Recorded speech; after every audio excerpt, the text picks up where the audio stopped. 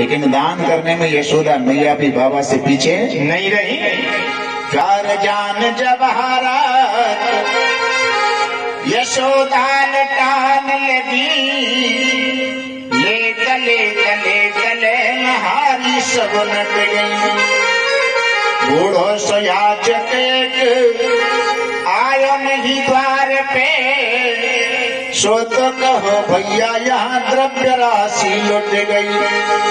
बाबा ने हाथी दीने, घोड़ा दीने और दीनी पालकी, ऐसा दृश्य देखो यहाँ कुबेरों की छाती फट गई। जय हो। गोकुल में नंद जी का धूमधाम से उत्सव मनाया जा रहा है। ब्रज की गोपियां सुंदर सुंदर वस्त्र आभूषण पहन करके सज धज करके उत्सव में शामिल हुई हैं।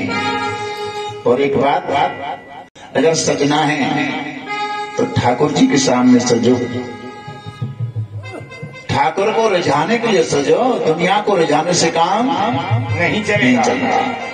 और सजना किसका है? मन के मंदिर की मूर्ति तू ऐसी सजा, कैसी कैसे सजती है सजनी सजन के लिए। मन के मंदिर की मूर्ति को सजा। एक हमारे संतों में एक संप्रदाय होती है सखी संप्रदाय, सखी संप्रदाय, सखी महात्मा, और वो सजते हैं, श्रृंगार करते हैं डेली। किसके लिए? ठाकुर जी के सामने, ठाकुर जी को रिझाने के लिए। महाराज इस उत्सव में सभी लोग शामिल हुए, लेकिन एक सदस्य नहीं आए। रहते भी नंद जी के यहाँ। कौन? दाऊ जी की माता रोहिणी। नंद यशोदा आपस में चर्चा करते हैं, हमारे लाला के इस उत्सव में सभी लोग पधारे हैं, लेकिन रोहिणी जी ही क्यों नहीं आई?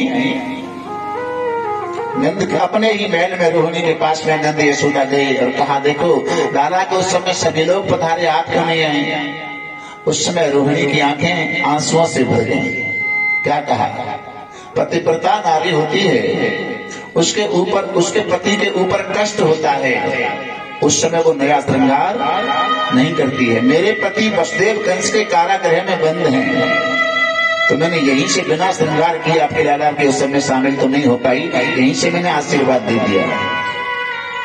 समझा कर रोहिणी जी को चौक में लेके आते हैं, ठाकुर को उनकी गोद में दिया, धन्य हो गई। रोहिणी च महाभागा नंद गोपन विनंदता, व्यचरत दिव्य व्यास हो श्रीकंठा भरण भूषिता। ठाकुर जी को रोहिणी ने हृदय से लगाया है, और जो परमात्मा जिस जीव की गोद में खेलने लग जाए उसके तो अहोभाग्य, उससे बड़ा भाग्यशाली और कौन हो सकता है। उस समय लूटपाट कराई जा रही है, माखन मिश्री के गोला बना बना करके फेंक करके, यानी खुशियां। पर ठाकुर के इस अवसर पर भी किसी को आनंद नहीं आता, तो फिर उसको कभी तीनों लोकों में आनंद नहीं आ सकता। ये जन्मोत्सव है, और उत्सव सब मनाते हैं कब? जब बच्चा 1 साल का हो जाता है। अपना साधारण बालक 1 साल का हो जाए तो जन्मदिन मनाते, बड़ी परंपरा निकाल ली है जन्मदिन मनाने की। और परंपरा उस समय और हमारे उस समय अंतर है। 1 वर्ष का बालक है तो 1 नंबर की मोमबत्ती आएगी कि नहीं? फिर ना तो रिश्तेदार खिड़की की जाएंगे, बड़ा उत्सव, डीजे वगैरह बजेगा। और उस उत्सव में मोमबत्ती बच्चे से जलवाते हैं, और फिर कहते हैं जब मार दे फूंक, और बालक ने मार दी फूंक, मोमबत्ती गई भुज, फिर ताली बजामत है हैप्पी बर्थडे। अर्थ क्या हुआ इसका? मोमबत्ती का अर्थ है मोमबत्ती जलाना, प्रकाश, ज्ञान का प्रकाश। और उस प्रकाश को तो खुद ही बुझा दे, यानी जिंदगी में अंधेरा ही अंधेरा रहे। उत्सव के इस जन्मोत्सव के अब मन रहे हो तो कोई बात नहीं, आगे मना है। तो जितने सदस्य आते हैं वो सब अपने अपने नाम का एक एक दीपक घी का जला देना, और उससे आशीर्वाद ये दें कि हमारी उम्र में से 1 साल इसकी में और जुड़ जाए, उम्र में और जुड़ जाए। खुशी मनाते हैं। यहाँ मुझे एक बात और याद आई, देवता रहते हैं स्वर्ग लोक में, उसे स्वर्ग लोक कहते हैं। जहाँ शिव जी है वहाँ शिवलोक है ना। और जहाँ हमारे अरे का जहाँ लोगों का नाम है, क्या नाम है? मृतलोक। रहे तो चंद्र रहे जामे, फिर मृतलोक कैसे सिद्ध हो गया?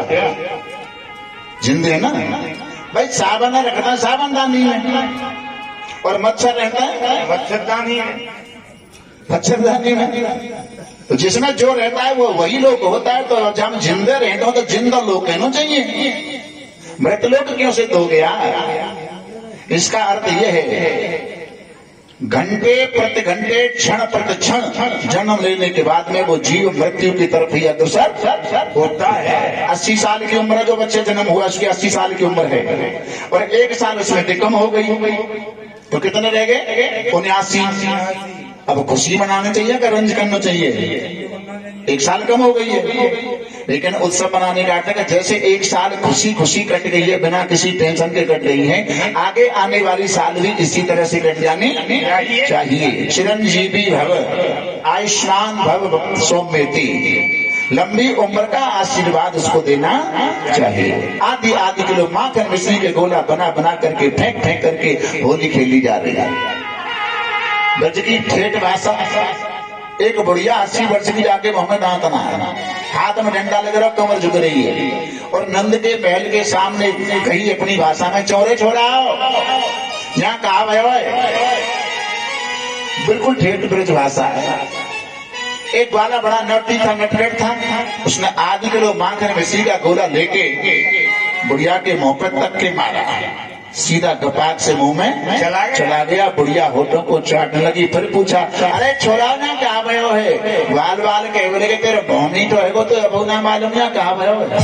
अरे क्या नंद के छोरा भयो है? बुढ़िया कहा कह रही है, भगवान ऐसे छोरा तो रोज भयो करी, ताकि आदि किलो माखन मिश्री खाए काजे मिल जाए करे। वो गोकुल की बुढ़िया कह रही है। और हमारे पड़ोसन का कोई छोरा है वो तो डोक बुखार आए, वो जहाँ जरूरत का है वहां तो आ रहे ना है, जहाँ लाइन लग रही है, अरे तो क्या आपत्ति कर रही है?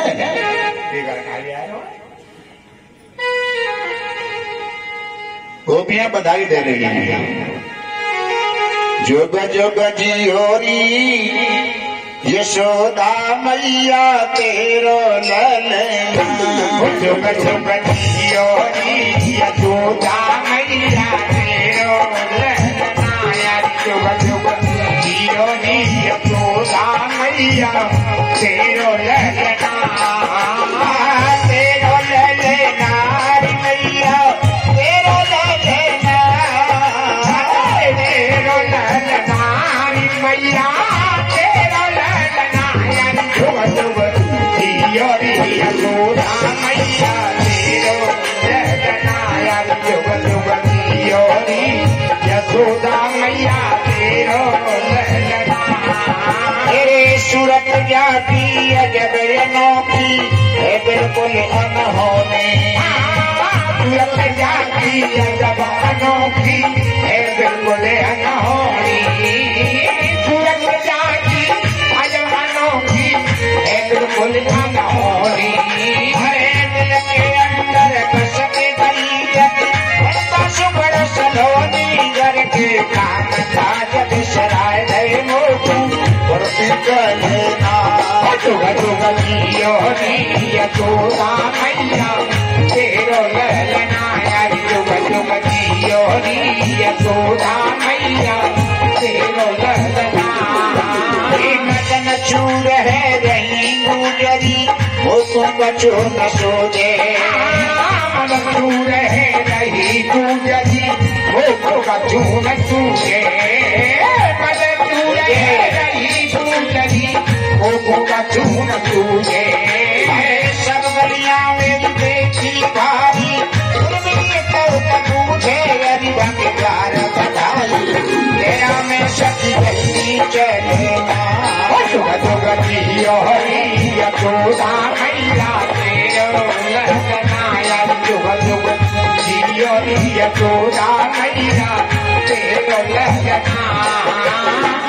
तेरो ललना मैया तेरो ललना। जुग जुग जियोरी यशोदा मैया तेरो ललना। मुनि व्यक्ति करें तलाशी सात भूमि खावारो ऋषि मुनि व्यक्ति करें तलाशी सात भूमि खावारो ऋषि मुनि व्यक्ति करें तलाशी सात भूमि खावारो त्रिलोकी को नाथ समझ लो उनका भाग्य हमारो ये सब ब्रज को झूले कलेना जुग जुग जियो हरिया खुदा मैया तेरो लहलनाया जुग जुग जियो हरिया खुदा मैया तेरो लहलना ये उत्पत्ति पालन संघर्ता समझो वंशी वारो उत्पत्ति पालन संघर्ता समझो वंशी वारो उत्पत्ति पालन संघर्ता समझो वंशी वारो हरे त्याग विमुख मुक्ति होगी नानो वचन हमारो रीत जटा तो सकनो सत्य भयो तुम कल पीछे जुग जियो हरिया खुदा मैया तेरो लहलनाया जुग जुग जियो हरिया खुदा मैया तेरो लहलना तेरो लहलना मैया तेरो लहलनाया जुग जुग जियो हरिया खुदा मैया तेरो लहलनाया जुग जुग जियो हरिया खुदा मैया तेरो लहलनाया जुग जुग जियो हरिया खुदा मैया तेरो लहलना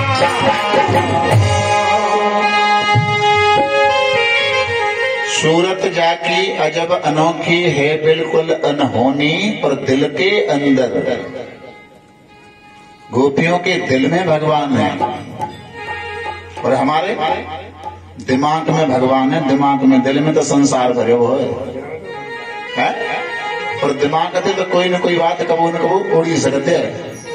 जो बात याद नहीं आ रही तो क्या कहेंगे दिमाग से बात निकल गई है। और संसार दिल में तो जा आदमी तुम जो दिल ही तोड़ दो तो आदमी दिल में काय को राखो है। आदमी ये संसार है दिमाग में राखो चाहे जब निकले निकल जाए न निकले मत निकले लेकिन भगवान तो दिल में होने चाहिए। भगवान दिल में होने चाहिए। यह है गोपियों का भाव। महाराज ये उत्सव धूमधाम से गोकुल में बनता रहा। लौट करके चलो मथुरा में आते हैं। वसुदेव जी कन्या को लेकर मथुरा में पहुंचे। हाथों की हथकड़ियां पैरों की बेड़ियां अपने आप लग जाती हैं। क्यों? कृष्ण को सर के ऊपर रखा। इसका तात्पर्य है बुद्धि में ज्ञान। और ये हथकड़ी बेड़ी क्या है? ये है माया के बंधन। बुद्धि में विवेक ज्ञान हो जाए तो माया के बंधन अपने आप ही खुल जाते। और योग माया को ले गए।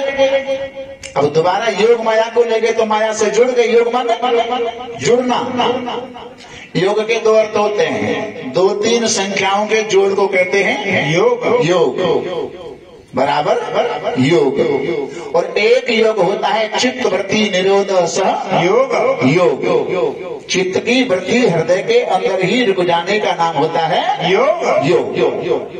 योग माया को लेके गए तो अपने आप हथकड़ी बेड़ियां लग गईं और कंस के कारागृह में उस कन्या ने जोर जोर से रोना शुरू कर दिया। कंस के पहरेदार जाग गए।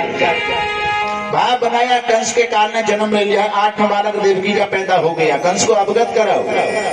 और कंस को अवगत कराया महाराज देवकी का 8वां बालक पैदा हो चुका है। कंस दौड़ता हुआ आया और देवकी उस कन्या को प्रेम करने में लगी। पैर पकड़ करके उस कन्या का पत्थर पर मारना चाहा लेकिन वो हाथ से छूटकर आकाश मार्ग को चली गई। दया न आई कंस को गढ़ा पाप का भूत। पत्थर पे पटकन लगो गई हाथ से छू। तो आकाश मार्ग को चली गई। दुष्ट कंस तू मुझे क्या मारेगा? तेरे मारने वाले ने फिर भी ब्रज में अवतार ले लिया है। देवकी की एक कन्या को मारने वाला कंस। एक ही कन्या तो आ रही है इसमें। एक कन्या को मारने वाला कंस। और हम तुमने 4-4, 6-6 कन्या मार दी हुए एक कन्या को मारने वाला कंस और 6 कन्या मारने वाले महाकंस मारते हैं, तुम्हें नहीं मालूम? गर्भ को चेकअप कराते हैं, ये बालक लड़का है या लड़की है, लड़का है तो ठीक है, और लड़की है तो गर्भ में ही नष्ट करा दो। महाराज पाप पुण्य तो खूब हो रहे हैं, लेकिन फिर भी अत्याचार बढ़ रहा है, भ्रष्टाचार बढ़ रहा है। अरे भागवत तो पांडा लगाकर माइक लगा करके सबके सामने की जा रही है, लेकिन ये पाप हो रहे हैं उनके किसी को मालूम है क्या? चले जाओ नर्सिंग होम में डॉक्टरों के पास में। पाप जो होता है छुपके होता है, और छुपके जो चीज रखी जाती है उसकी वृद्धि होती है, उसकी वृद्धि होती है। जैसे उजागर करते हैं उसकी वृद्धि नहीं होती है। आज महाराज कंस भयभीत हो गया आकाशवाणी सुनकर और देवकी के चरणों में आके गिर गया। बहन, मुझे नहीं मालूम, देवता भी झूठ बोलते हैं। आकाशवाणी को सुनकर मैंने तेरे 6 पुत्र मार दिए, 1 कन्या बची, उसको भी मारना चाहा। बहन तू मुझे क्षमा कर दे। देवकी कहते हैं भैया तेरा कोई दोष नहीं है, दोष नहीं है, दोष तो तेरे भाग्य का है। ये लड़ाई समाप्त करने का फॉर्मूला है। अगर पड़ोसी से हमें कोई परेशानी हो रही है तो समझ लो पड़ोसी का दोष नहीं है, ये प्रारब्ध का खेल है। अपना ही प्रारब्ध भोगने जीव जगत में आता है खाने के दाने दाने पर नाम लिखा के लाता है। आयु कर्म वेतम च विद्या धनमेव च पंचेताने सदन्ते गर्भस्य देहिनः। जीव जब माँ के गर्भ में पैदा होता है तभी 5 बातें हो जाती हैं पहले ही, आयु विद्या मौत धन और बल। तेरा कोई दोष नहीं। ये लड़ाई झगड़ा मोटिवेटिंग कौशल पर है, जो कुछ भी है वो हमारे भाग्य का है। इस कथा का आशय एक और है। सुरेंद्र ना आए अभी, पीछे बैठे हैं। अच्छा, ये फॉर्मूला है कि खोज करो तो कमी अपने ही अंदर निकलती है। हम किसी से ये कहें कि ये आदमी बहुत बुरा है, ये आदमी बहुत बुरा है, तो एक उंगली उस आदमी के लिए इशारा कर रही है कि बहुत बुरा है, लेकिन ये 3 किधर हैं? अपनी तरफ। ये अपनी तरफ है। ये कहती है कि तू तो ये तो 1 गुना बुरा है और तू तो जाते 3 गुना ज्यादा बुरा है। कबीरदास जी महाराज कहते हैं कि बुरा जो देखने में चला बुरा न मिलिया कोई, जो दिल खोजा आपना तो मुझसे बुरा कोई। कमी अपने ही अंदर निकलेगी, ये लास्ट का फॉर्मूला है, स्वीकार कर लें। भोज राजा का नाम सुना है? भोज साधारण बुद्धि के हैं, उनकी पत्नी साध्वी है, विदुषी है, बिना सत्संग के रहती नहीं। और सत्संग किससे होता है? अपनी दासी से सत्संग करते हैं। और भोज सत्संग की परिभाषा जानते ही नहीं कि सत्संग कहते किसे हैं। एक दिन महल के अंदर रानी का और दासी का सत्संग चल रहा है। राजा भोज के मन में भाव आया कि मैं सुनूं तो सही सत्संग होता क्या है। महलों में जब जा रहा तो पैरों के चलने की आहट आवाज होने लगी तो दासी ने कहा रानी साहिबा कोई व्यक्ति आ रहा है, क्योंकि आवाज सुन रही है कोई व्यक्ति आ रहा है। तब तक वो छुप करके सत्संग को सुनना शुरू कर दिया। रानी साहिबा ने कहा दासी कोई पुरुष नहीं है, कोई मूर्ख है। अब ये शब्द राजा के कानों में पड़े कि हमारी पत्नी और मूर्ख कह रही है, तो मूर्ख न जाने कौन सी ऐसी बड़ी उपाधि, कोई पद होता होगा। वहीं से लौट गए। कौन? भोज महाराज कचहरी में गद्दी पर बैठ गए। कोई भी मंत्री सिपाही वगैरह आए, उन सब से कहें वेलकम मूर्ख, आओ मूर्ख। अब राजा के सामने बोले कौन? प्रजा के लोगों से, मंत्री संत्रियों से सबसे मूर्ख। उन्हीं के आए कालिदास महाराज। कालिदास को देख करके राजा ने कहा वो तो एक ही झंडा ध्यान ना सब में, आओ मूर्ख। कालिदास मुस्कुराए, राजन जानते हो मूर्ख किसे कहते हैं? जानते तो ही ना, मैं बताऊं। मूर्ख के 5 विशेषण होते हैं। कालिदास ने राजा भोज को 5 विशेषण बताए। क्या? गतन में सोचा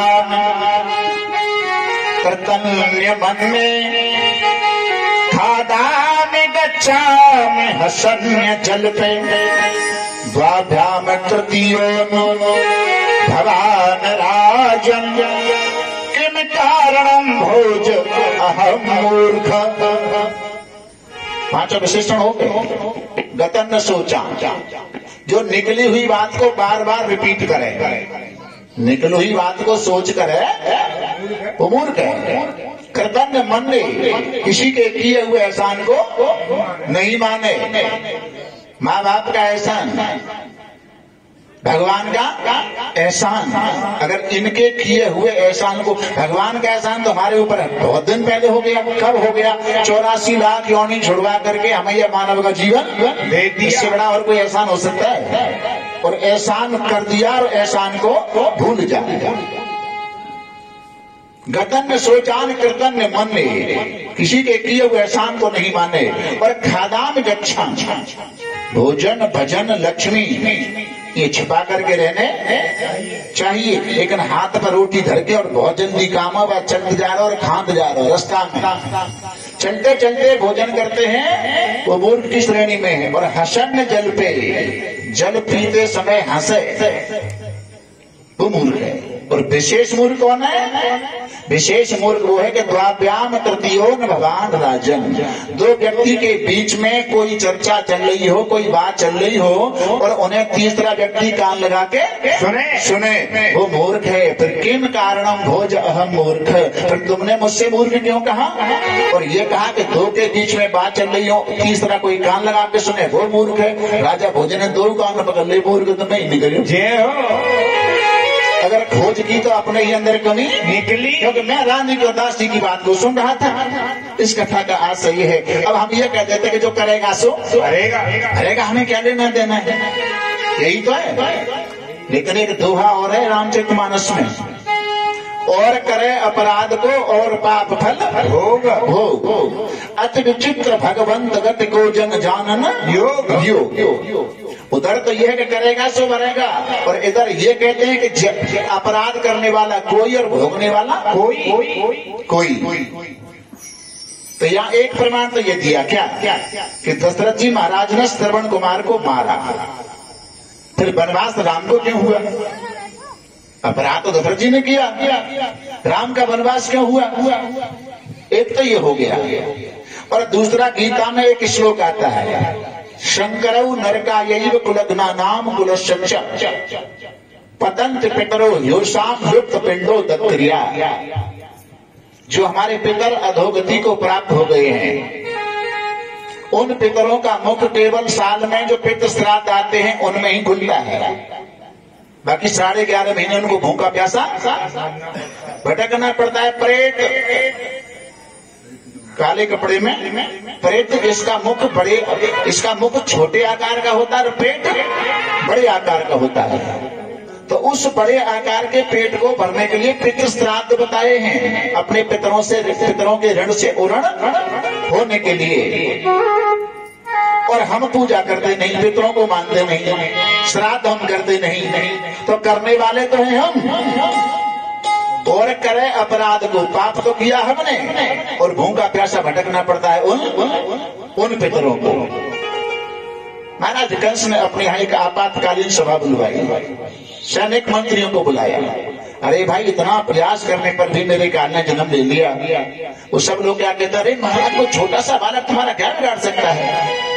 सचिव वैद्य गुरु तीन जो प्रिय बोले भय। सचिव माने मंत्री, वैद्य माने डॉक्टर, और गुरु शिष्य के सामने, डॉक्टर मरीज के सामने, और राजा मंत्री के सामने। अब चर्चा जो करते, राजा के सामने मंत्री उसकी प्रशंसा करे, बड़ाई करे, समझ लो पतन होगा। मंत्री उसे कहते हैं कि राजा को सच्चे मार्ग पर, मंत्री है विदुर जी, मंत्री है विभीषण जी। लेकिन मंत्री भी उन्हें समझा सकते हैं जिनकी बात समझ में आ जाए। रावण चारों वेदों का जानने वाला विद्वान आचार्य है रावण, और शंकर जी को चेला है, जो विद्या के प्रदाता है शंकर जी का शिष्य और है। लेकिन सर कितने आगे? सर 10 शीश 20 10। अब 10 का सेंटर कहाँ होगा? 10 शीश का सेंटर कहाँ होगा? अगर जालेंगे तो 5 गिनोगे तो इधर 4 रह गए। 11 अगर होते तो सेंटर बन जाता कि 5 इधर और 5 सर एक बीच में हो गया। खूब ज्ञान देता है शंकर जी, लेकिन इधर उधर कौन ज्ञान धर जातो सेंटर में पहुंच तो ही ना है।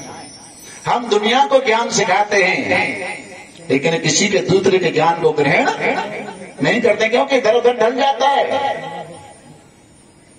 तो समझ में भी बात उसी की आती है जो कोई खाली पात्र होता है और कोई पहले तो ही ठसा ठस भरे हुए हो।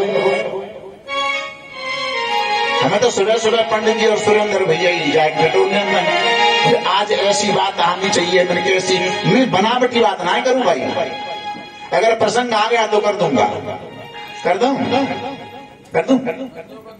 एक बालक नाराज होकर अपने घर वालों से और कहीं बाहर चला गया, मुंबई कलकत्ता जैसे जाते हैं, नौकरी लगाई और वहीं उसने कर ली लव मैरिज। और लव मैरिज भी हिंदू बालक ने मोहम्मद उनकी लड़की से की।